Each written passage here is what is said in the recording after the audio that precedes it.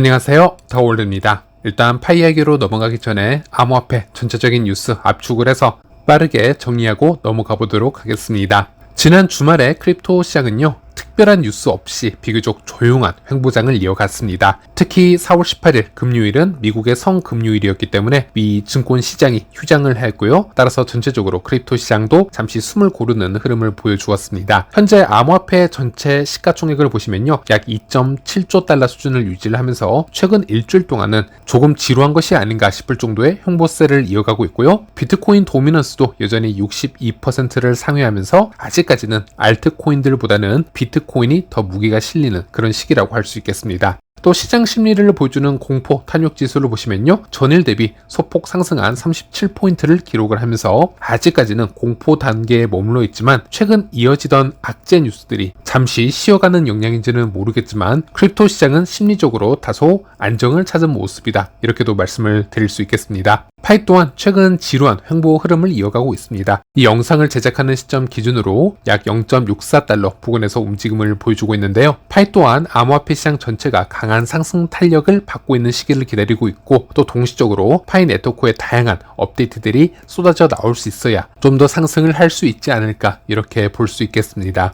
그리고 최근 암호화폐 분위기를 전해드리면서 매번 하고 있는 이야기가 현재 미국이 전 세계를 대상으로 시작한 이 관세 전쟁이 격화가 되면서 글로벌 금융시장의 불확실성이 증가하고 있다는 부분, 특히 중국이 이에 맞대응을 하고 있기 때문에 이 증시가 크게 흔들리고 있는 부분을 계속 설명을 해드렸고, 특히나 이중 위험 자산군으로 여겨지고 있는 미국의 기술주라든지 특히 암호화폐 시장의 경우에는 가격이 상대적으로 크게 하락을 하거나 변동폭이 커질 수밖에 없는 부분들이 줄을 이으면서 최근 영상에서는 좋지 않았던 부분들을 많이 다뤄왔던 것 같은데, 그런데 이번 영상에서는 조금은 반대로 해서 암호화폐 가격 상승을 긍정적으로 볼 수 있는 최근 지표들도 잠시 보여드리도록 하겠습니다. 최근 미디어에서 많이 공유가 되고 있는 M2 상승 차트인데요. 자, 이 차트를 한번 보도록 하겠습니다. M2는 광의 통화를 얘기를 하는 것이고, 이 M2의 규모로부터 시장에 돈이 얼마나 풀려 있는가를 우리가 쉽게 파악을 할 수 있습니다. 2025년 4월 초 기준으로 글로벌 M2 통화량이 사상 최고치인 108조 4천억 달러를 넘어선 것을 우리가 확인을 할 수 있습니다. M2가 이렇게까지 유의미하게 증가를 하게 되면요, 잉여 유동성이 부동산, 주식, 암호화폐 등 자산시장으로 차례대로 흘러 들어오기 때문에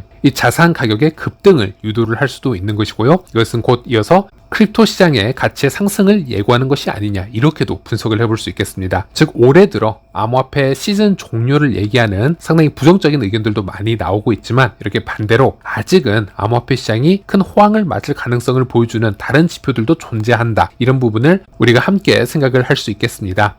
최근 예로 2020년 팬데믹 당시에 미국의 M2는 전례 없이 급증하는 모습을 보여줬고, 그 직후에 비트코인과 주식시장이 급등하는 모습을 보여주었습니다. 그래서 이런 패턴을 보는 게 중요한데요. 그리고 이 차트를 분석을 해보면 M2의 상승과 비트코인의 상승은 대략 10주 정도의 차이를 보이는 그런 패턴을 보여주었습니다. 즉 M2의 상승이 먼저 시작이 되고 10주 후로 해서 비트코인이 따라 상승하는 거라고 보시면 되겠는데, 물론 이것도 과거의 일부 패턴을 우리가 계속 분석을 해서 내놓은 결과라고 보시면 되겠고요. 이번에는 비트가 상승을 한다 하더라도 10주가 아닌 더 긴 시간 텀을 보여줄 수도 있겠지만, 이런 차트를 통한 분석을 해보았을 때는 M2 상승 후에 모든 자산시장에 차례대로 유동성이 공급이 되어서 가격 상승을 이끌 것이고, 그 후 마지막으로 위험 자산군으로 여겨지는 크립토 시장에게까지 영향을 주게 되면서 가격이 상승할 가능성이 여전히 존재한다, 이렇게 정리를 해볼 수 있겠습니다. 그리고 또 하나는 최근 금 가격 또한 크게 상승을 하고 있습니다. 금과 비트코인의 상관관계를 보게 되면요, 크립토 시장과 반대되는 안전 자산 중 하나인 금의 가격이 상승을 하게 되고 약 100일에서 150일 이상 시간 격차를 두고 비트코인이 따라 상승하는 경향을 보여줘 왔습니다. 이런 역사적인 패턴을 보았을 때 2025년 안에 또 한 번의 이 크립토 시장 강세장이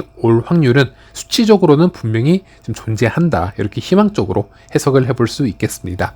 무엇보다도 비트코인에 큰 비중을 가지고 있는 분들이라면 이런 지표들이 좀 더 직접적으로 중요하게 느껴지실 것이고요. 알트코인 홀더들, 물론 파이오니어 분들은 이런 지표를 통해서 알트 시즌을 또 기다릴 수 있어야겠는데요. 일단 비트코인이 주목을 먼저 받고 서서히 비트코인 도미넌스가 시장에서 줄어들면서 그 후에 알트코인들이 급상승을 하는 시기가 따라올 수가 있습니다. 그래서 우리는 그 짧고 강력한 시기가 언제든 찾아올 수 있음을 인지를 하고 올해 이 힘든 시기를 지속적으로 버텨야 되는 것이 아닌가, 이렇게 분석을 해볼 수 있겠습니다.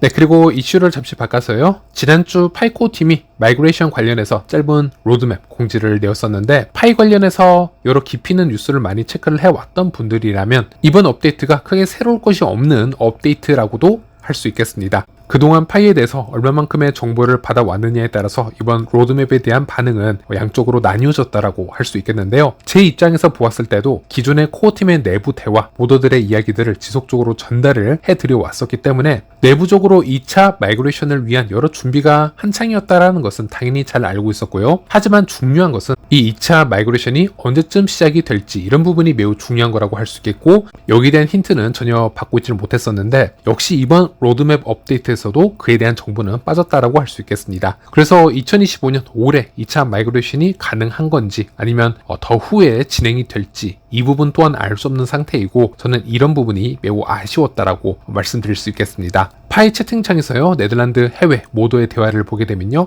한 유저와 대화를 살펴볼 수 있는데, 한 유저가 묻습니다. 2차 마이그레이션이 올해 2분기 안에 시작이 될 수 있을지, 여기에 대한 질문을 했고요. 이 모두의 답변을 직접 해석을 해드리자면, 솔직한 대답을 원하시나요? 잘 모르겠습니다. 아직도 수백만 명의 파이오니어들이 첫 번째 마이그레이션을 받아야 되고, 마이그레이션과 관련된 여러 장애물들이 있는 상황이기 때문에 2차 마이그레이션이 시작될 가능성은 매우 낮다라고 생각을 합니다. 물론 두 번째 마이그레이션을 실현하기 위한 개발이 진행되고 있었던 것은 알고 있었지만 그 진행 상태가 어떤지는 알려지지 않았습니다. 특히 최근 마이그레이션 문제를 고려하면 그 개발도 일시적으로 중단되었을 가능성이 높습니다 라는 언급을 했기 때문에 그렇게 빠른 시간 안에 2차 마이그레이션이 시작될 가능성은 낮다라고도 해석을 해볼 수 있겠습니다.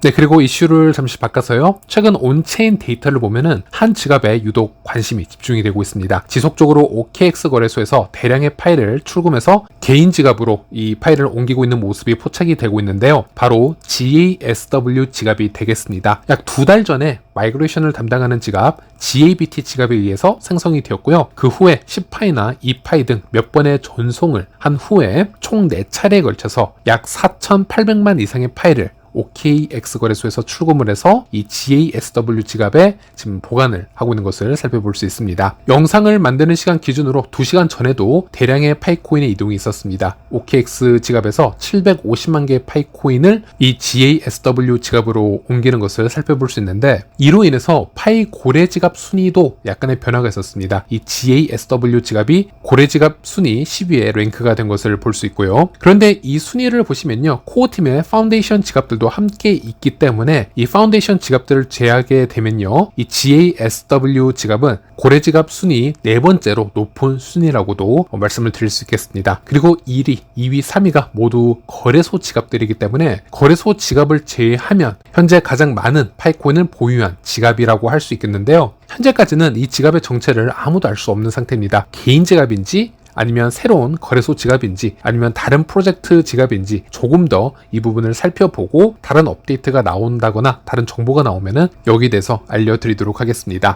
네, 그리고 이번에는 이슈를 바꿔서 일본 파이 생태계 현황을 잠시 보도록 하겠습니다. 일본의 경우에는 파이가 오픈 네트워크로 전환이 되고 거래소에 상장이 되면서 이 생태계가 더 활발하게 성장하는 케이스라고 할 수 있겠는데요. 그 예로 거래소 상장 이후 파이를 결제로 받는 파이 상점이 생겨나기도 했고요. 이번에는 파이코인으로 결제가 가능한 온라인 쇼핑몰이 공개가 되었습니다. 당연히 상품에 대한 파이 양은 이 마켓 프라이스 기준으로 측정이 되어 있고요. 현재는 일본 내부에서 온라인 주문 시 배송이 가능하지만 미래는 해외 배송도 가능하도록 계획 중에 있다라고 얘기를 하고 있습니다. 현재 파이의 가격이 높고 낮음을 떠나서 여전히 파이를 결제 수단으로 도입하려는 커뮤니티가 존재하고 있다는 점, 그리고 이러한 움직임이 국경을 넘어서 다양한 국가와 지역에서 계속해서 이루어지고 있다는 점은 파이의 핵심 가치를 지키기 위한 매우 중요한 흐름이라고 할 수 있겠습니다. 일본의 이 해당 온라인 사이트 주소는요, 제 고정 댓글에 링크로 남겨둘 테니 시간이 되실 때 한번 둘러보셔도 좋을 것 같습니다.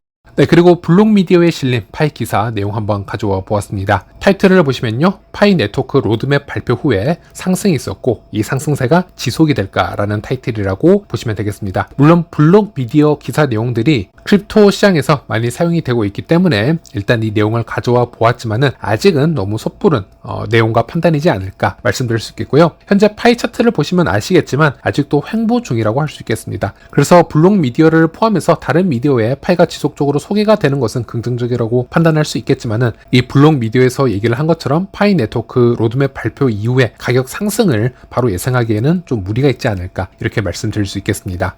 제가 현재까지 파이의 타임라인을 한번 정리를 해보았습니다. 이번 다가오는 4월 23일 코어팀과 모더들이 참여하는 AMA 회의가 예정이 되어 있습니다. 아마 수많은 대화가 이 AMA 회의를 통해서 오고 가지 않을까 예상을 해볼 수 있겠고요. 파이 코어팀의 타임라인을 이해를 하는데 조금이라도 더 도움이 되는 그런 얘기들이 오고 갔으면 합니다. 그리고 5월 14일에서 16일에는 캐나다에서 이 컨센서스 2025가 열리게 되는데 여기에 니콜라스가 직접 참여할 예정이기 때문에 이 기간에 또 어떤 유의미한 뉴스나 업데이트들이 함께 나올지 기대를 해봐야 될 것 같습니다. 특히나 이런 컨퍼런스 참여 이후에 여러 프로젝트들이 파트너십을 가져가고 발표하는 경우도 종종 있습니다. 그리고 이 컨센서스 2025의 가장 큰 스폰서는 스텔라로 되어 있고요. 이 스텔라가 관심을 많이 보이는 곳에 파이가 참여를 한다는 것은 아무래도 여러 프로젝트들이 콜라보레이션을 해볼 부분도 많다. 이렇게도 우리가 생각을 해볼 수 있겠습니다. 한 예로 현재 파이의 매우 적극적인 모습을 보여주고 있는 집토 앱이나 JK 크로스웨이 같은 경우에는 모두 스텔라 위에서 개발을 하고 있던 앱들이었고 현재 파이에 관심을 많이 가지고 있는 사례들이라고 할 수 있겠는데 이런 흡사한 케이스들이 컨센서스 2025 이후에 더 자주 생길 수 있다라는 얘기로도 해석을 해볼 수 있겠습니다. 그리고 한 달이 더 지나게 되면요 6월에는 파이 투데이가 기다리고 있습니다. 1년에 파이에는